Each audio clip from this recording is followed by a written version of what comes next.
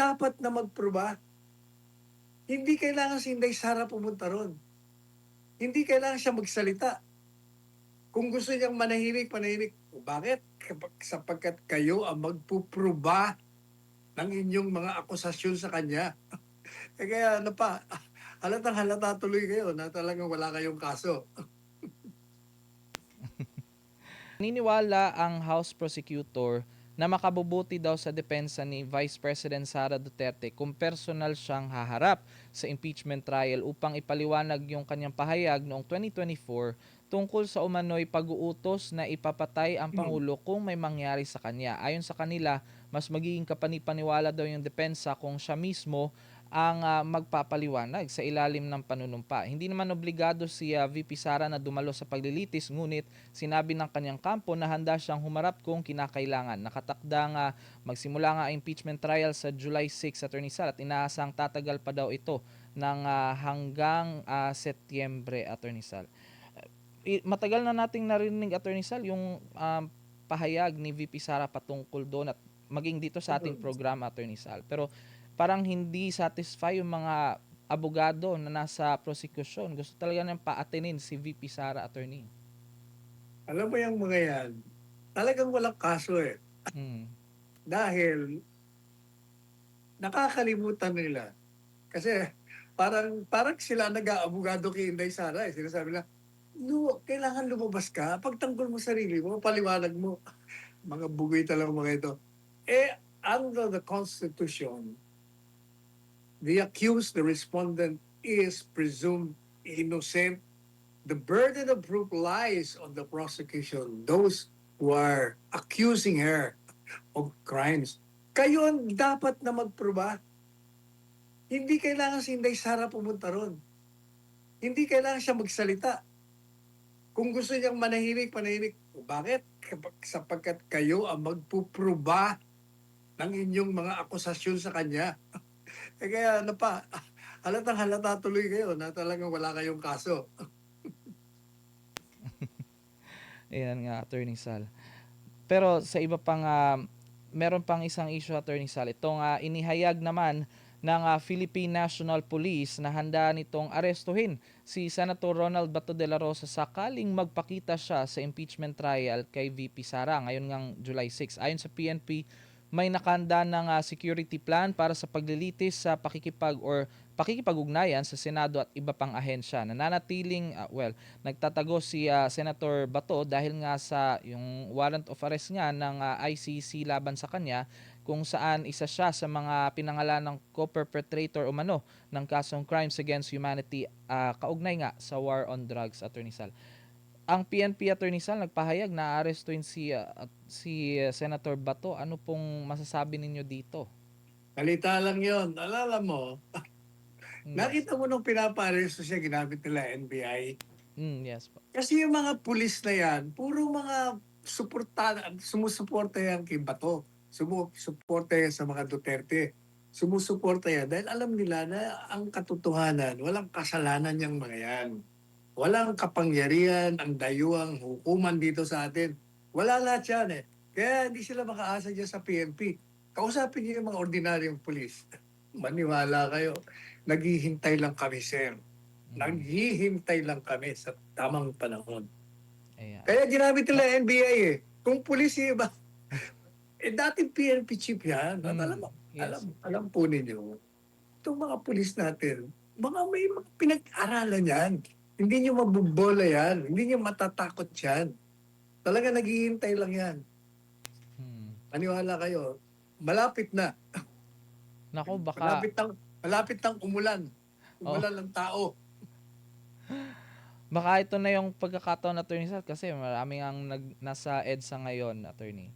Tama na kayo, pati kayo mga dilaw at mga kaliwa. Sumama na kayo, pero kayo mga kaliwa, ang problema sa inyo, gusto nyo ibagsak ang gobyerno ng karahasan, ayaw namin doon. Gusto namin yung mapayapa lang. O kaya kayong mga supporters ni Presidente Duterte, lumabas na kayo. Ngayon kayo lumabas. Tama na yung mga patex. Sama-sama na tayo doon. Samahan natin. Kahit na bumagyo. Gawin natin, bagyuhin siya ng taong bayan.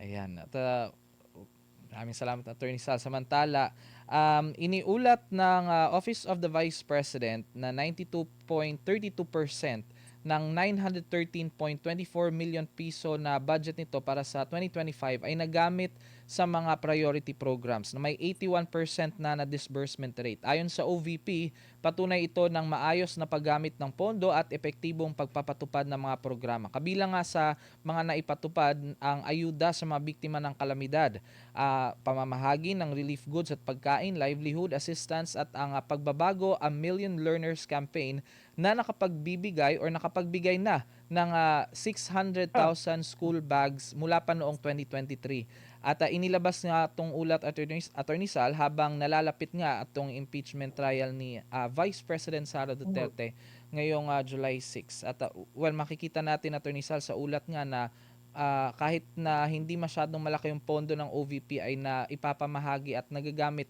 sa tamang paggamit sa mga kababayan natin, Attorney. No. Alam nyo, wala na naniniwala, mga ginagamit pinagnanakaw nyo nga Alam po ninyo, ako mananawagan ako Tinitingnan ko ngayon kung ilan ang nanonood sa atin, 12,000 mahigit. Punta na ako kayo sa EDSA, kita tayo doon. Dali nyo yung mga telepono nyo habang nanonood kayo sa akin. Iyan.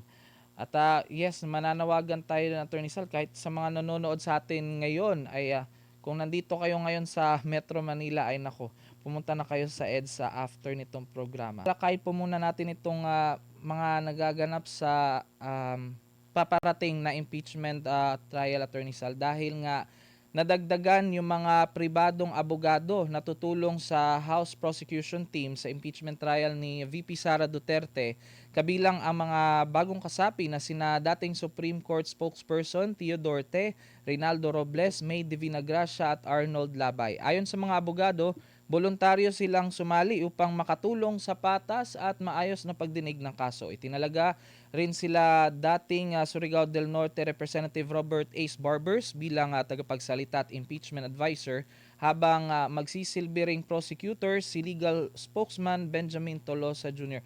Attorney Sal, dumarami yung mga pribadong abogado na sumali or hindi natin sure kung sumali ba or kinuha ng House Prosecution Panel. Pero ano po ang ibig sabihin nito? Dumadami sila doon, Attorney. Ibig sabihin, wala silang kaso laban kay Inday Sara. Kaya kinukuha nila. Yung lahat na nagbubuluntaryo, tinatanggap nila. Publicity naman sa kanila yun. Kahit na 1,000 dalinyong abogado dyan, wala kayong kaso laban kay Inday Sara. Wala kayong ebidensya. Yan ay politika lamang. Talagang gusto nyo lang siraan si Inday Sara. Yan ang katotohanan niya. Kaya magdala na kayo. Dali nyo na buong abogado. Walang mangyayari sa inyo. Nako, baka dalhin ng buong mga ayan. Samantala, si Inday Sara, hindi lang abogado ang sumusuporta sa kanya. Ang taong bayan, yung nandiyan ngayon sa EDSA, yan. Sumusuporta sa kanya yan. Kasi nga, ang taong bayan galit na. Alam mo kagabi, yes, nagpunta ako dyan sa Glorieta dahil may kinuha akong damit. May mga tao doon, madalit sabi, tinakausap ko. Talagang galit sila. Nagmumura na sila Talagang galit na galit. Hindi mo naman pigilan ang paggalit ng tao. Kaya hindi ko magtataka yung kapatid ng iglesia, baka ilang araw sila dyan. Dapat ganun nga mangyari. Kailangan matahimik tayo, mapayapa, na lumakad sa kalye, pakita natin ang lakas ng tinig ng taong bayan. Para itong mga ito, hindi ito tatahimik kung hindi mo gaganunin Yes.